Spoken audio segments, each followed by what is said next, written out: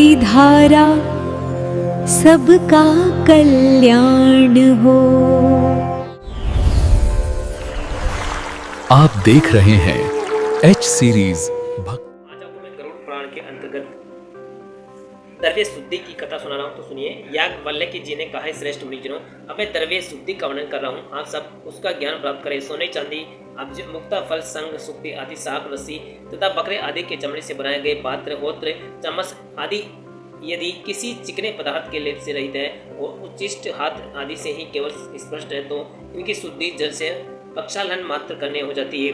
यज्ञ में प्रयुक्त शुक्ल एवं शुभ की शुद्धि उष्ण जल से तथा धान्य आदि का शुद्धिकरण जल के दूषण से होता है। काष्ठ और सींग आदि से विनिर्मित पात्र आदि की शुद्धि छिलने से होती है। मार्जन करने से यज्ञ का पात्र पवित्र हो जाता है। उष्ण जल और उष्ण गोमूत्र से धोने पर ऊनी एवं रेशमी वस्त्र शुद्ध हो जाते हैं।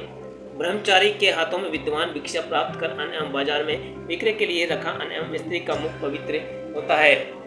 मिट्टी का पात्र अग्नि में रख पुनः पकाने पर शुद्ध होता है। यदि चांडाल आदि से स्पष्ट नहीं है, गो के द्वारा सूंघे जाने पर और केस, मक्षिका एवं कीटादि से दूषित होने पर भी अन्न की शुद्धि यथा योग्य जल मिट्टी डालने से हो जाती है। भूमि का पवित्रीकरण मार्जन आदि करने पर होता है। रांगा, सीसा एवं ताम्र पात्र की शुद्धि का सार एवं अमल मिश्रित जल से होती है।